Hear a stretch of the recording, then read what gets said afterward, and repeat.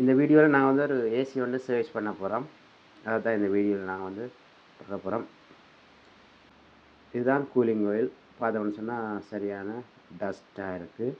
இதில் customer complaint வந்து AC work பண்ணும்போது இன்டோரால் தண்ணி ட்ராப் ஆகுது.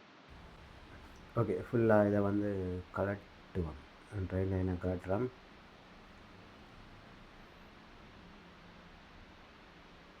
ட்ரெயின் மோட்டரை ஜக்கை கலட்டிட்டு ஃபுல்லாக இது வந்து ட்ரெயின் லைனை எடுக்கிறோம். அடுத்த கட்டமாக பிசிபி கலட்டணும். பிசிபி லைன் ஒரு ஸ்க்ரூ அதையும் கலட்டிட்டு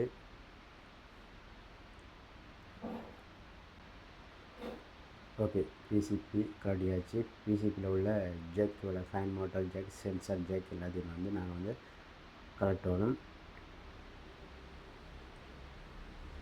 ஓகே, எல்லாம் கலட்டியாச்சு.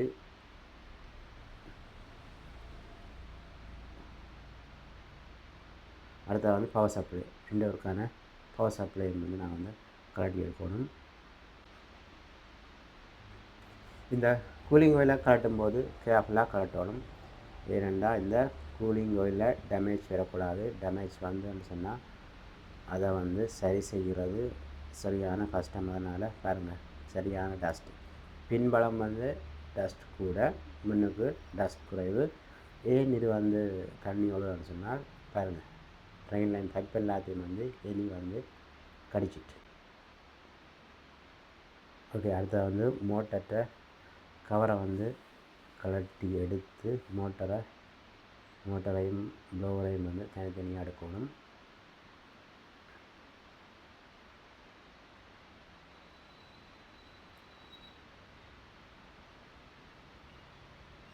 ப்ளோவர் நட்டை கலட்டுறோம்.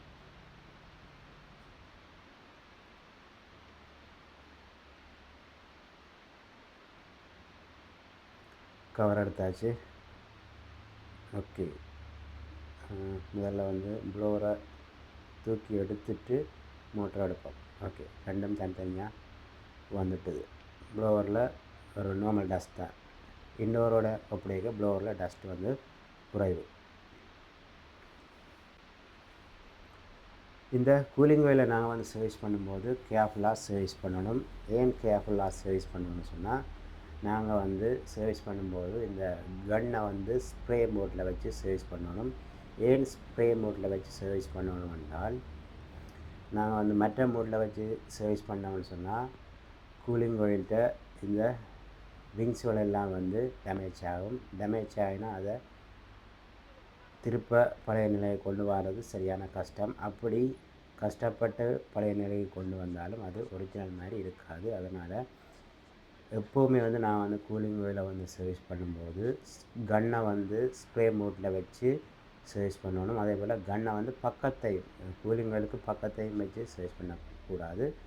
ஒரு 4 இன்ச்சு 5 இன்ச்சு 10 இன்ச்சு டிஸ்டன்ஸில் வச்சு நாங்கள் வந்து கூலிங் ஆயிலை வச்சு சர்வீஸ் பண்ணணும். அப்படின்னு சொன்னால் தான் கூலிங் ஆயிலில் இருக்கிற பின்ஸ் வந்து எந்த விதமான டேமேஜுமே வந்து இல்லாமல் வெறும் பக்கத்தை நீங்கள் கிட்ட கொண்டு போய் சர்வீஸ் பண்ண வரும்போது அந்த கூலிங் ஆயிலோட வின்ஸ் வந்து டேமேஜ் ஆகிறதுக்கு வாய்ப்பு இருக்குது. இந்த கூலிங் ஆயிலை சர்வீஸ் பண்ணும்போது ஒரு 10லேருந்து 15 நிமிஷம் 20 நிமிஷம் சர்வீஸ் பண்ணினாலும் நல்லா மேய்ஞ்சுன்னா சின்ன டஸ்ட்கள் வந்து இந்த கூலிங் ஆயிலோட வின்ஸில் வந்து உள்ளுக்கு எல்லாம் இருக்கும். அதனால் நிறைய நேரம் சர்வீஸ் பண்ணாலும் எந்த பிரச்சனையும் இல்லை. ஆனாலும் ஒரு 10லேருந்து 20 நிமிஷம் வந்து தொடர்ச்சியாக இந்த கூலிங் ஆயிலை வந்து சர்வீஸ் பண்ணால் தான் டஸ்ட்கள் வந்து ஃபுல்லாக வந்து கிளியர் ஆகும். அதே போல் பின்பக்கம் சர்வீஸ் பண்ணுறோம் இந்த கூலிங் ஆயிலை. அதே போல் உள்வளத்தாலையும் வந்து சர்வீஸ் பண்ணணும். ஏன்னு சொன்னால் நாங்கள் பின்பக்கத்தால் சர்வீஸ் பண்ணும்பொழுது டஸ்ட் வந்து உள்வளத்துக்கு போய் சேரும். அந்த டஸ்ட்டை நாங்கள் ரிமூவ் பண்ணணும்னு சொன்னால் திருப்ப உள்வளத்தால் சர்வீஸ் பண்ணி தான் அதை வந்து பின்பளத்தால் வெளியால் அந்த டஸ்ட்டோட வந்து எடுக்கணும். அதனால் இந்த கூலிங் ஆயிலை சர்வீஸ் பண்ணும்போது திருப்ப சுற்றி நாங்கள் வந்து சர்வீஸ் பண்ணோம்னு சொன்னால் தான் டஸ்ட் வந்து ஃபுல்லாக வந்து கிளியர் ஆகும். ஓகே, நாங்கள் வந்து இப்போ வந்து முன்பலம் சர்வீஸ் பண்ணியாச்சு. இப்போ உள்வளத்தை வந்து சர்வீஸ் பண்ணோம். உள்வளம் பார்க்குறதுக்கு எங்களுக்கு புதுசு மாதிரி தான் இருக்கும். ஆனால் டஸ்ட் வந்து உள்ளுக்கு இருக்கும். அதனால் நான் இதை வந்து 2 பக்கமும் கோயிலை வந்து சர்வீஸ் பண்ணால் தான் நல்லா. எப்படி சர்வீஸ் பண்ணாலும் நாங்கள் வந்து கன்னை வந்து ஸ்ப்ரே மோட்டில் வச்சு சர்வீஸ் பண்ணணும். அப்போ தான் கூலிங் வேரில் எந்த டேமேஜும் வராது. அடுத்த கட்டமாக ப்ளோவரில் நார்மல் டஸ்ட்டை இந்த ப்ளோவரை நாங்கள் வந்து சர்வீஸ் பண்ணும்போது கேர்ஃபுல்லாக சர்வீஸ் பண்ணணும். ஏற்கனவே இது வந்து ஒரு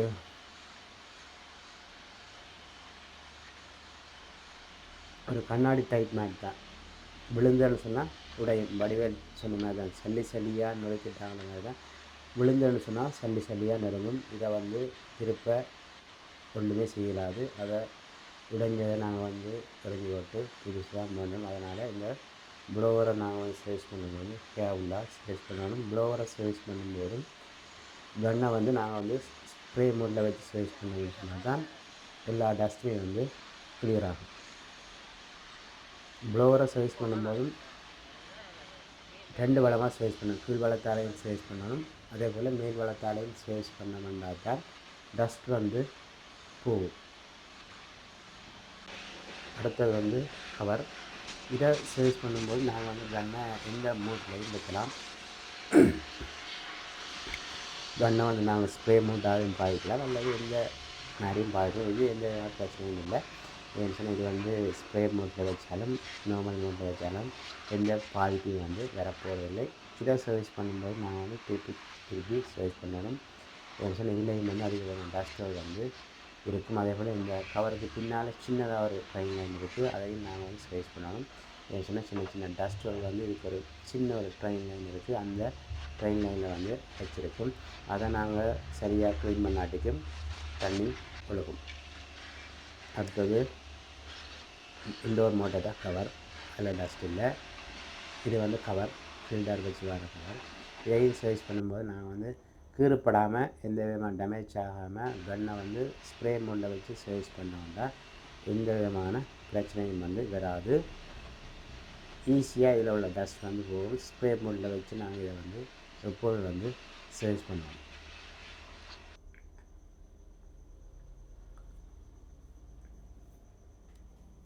ஓகே, இது வந்து க்ளீனாக இருக்குது. இதெல்லாம் செஞ்சு முடிச்ச பிறகு நான் வந்து அடுத்தது வந்து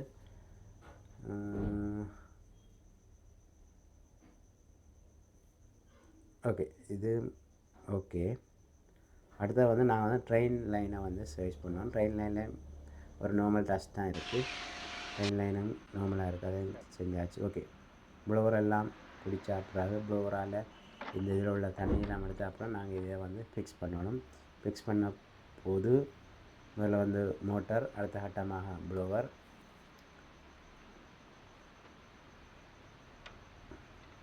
ப்ளோவரை நாங்கள் சரியான கோயிலில் வச்சு டைட் பண்ணணும். அடுத்ததாக மோட்டார் கவர்.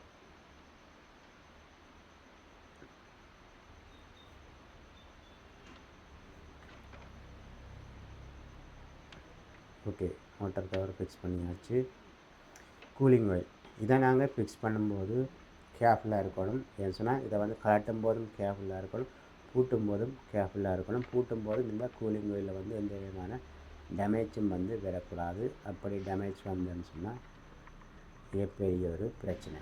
ஓகே, கூலிங் ஆயிலில் ஸ்க்ரூ எல்லாத்தையும் போட்டுட்டு அடுத்த கட்டமாக ட்ரெயின் லைன் ஃபிக்ஸ் பண்ணியாச்சு.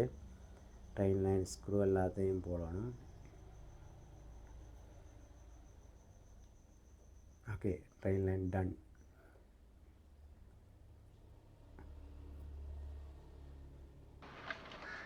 அடுத்தது பிசிபிக்கும் ஸ்க்ரூ இருக்குது. அதே போல் பிசிபியில் வர எர்த் லைன் வந்து கட்டாயம் கூலிங் ஆயிலில் நாங்கள் வந்து ஃபிக்ஸ் பண்ணியே ஆகணும். ஏன்னு சொன்னால் ஏதாவது பவர் இஷ்யூ வந்தால் ட்ரிப் ஆகணும்னு சொன்னால் கட்டாயம் எர்த் லைன் வேணும். அதனால் பவர் பிசிபியில் இருந்து வர எர்த் லைன் வந்து கட்டாயம் கூலிங் ஆயிலில் நாங்கள் வந்து கனெக்ட் பண்ணியே ஆகணும்.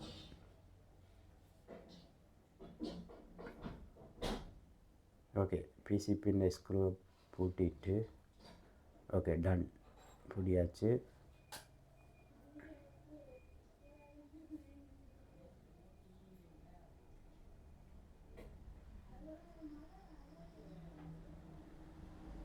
இப்போ நாங்கள் வந்து ஏர்த் லைன் கூலிங் கோயிலில் வர ஏர்த் லைன் வந்து போடணும். அடுத்த ஏர்த் லைன்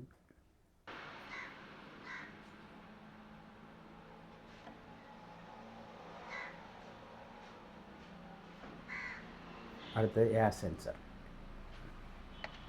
ஏர் சென்சரும் நாங்கள் வந்து சரியான பாயிண்டில் வந்து செட் பண்ணணும்.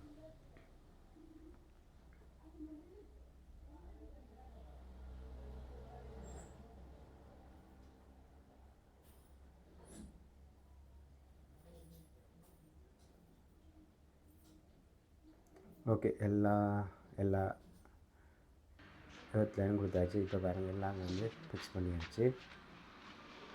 ஃபுல் க்ளீன், எந்த விதமான டஸ்ட்டும் இல்லை. அடுத்த கட்டமாக கவர், இன்டோர் கவரை போடுறோம். இதில் உள்ள ஸ்க்ரூ எல்லாத்தையும் வந்து ஸ்க்ரூ பண்ணணும். அடுத்ததாக வந்து ஃபில்டரை போடுறோம். ஓகே, 2 ஃபில்டரும் போட்டாச்சு. ஓகே, இப்போ இதில் முடிஞ்சது. இனி வந்து நான் வந்து இன்டோரை வந்து ஃபிக்ஸ் பண்ணணும். ஓகே, இன்டோரும் ஃபிக்ஸ் பண்ணியாச்சு. எல்லா ஸ்க்ரூவையும் வந்து ஸ்க்ரூ பண்ணிவிட்டு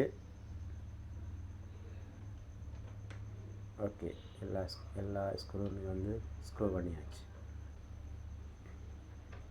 ஓகே, டன். அடுத்தது இன்டோர் டெர்மினல் அங்கே ரைட்டிங் இருக்கலாம். இன்டோர் டெர்மினலையும் வந்து கூட்டிகிட்டு ஏசியை ஒன் பண்ணாமண்டா சரி, எல்லாமே பக்காவாக வந்து முடியுது.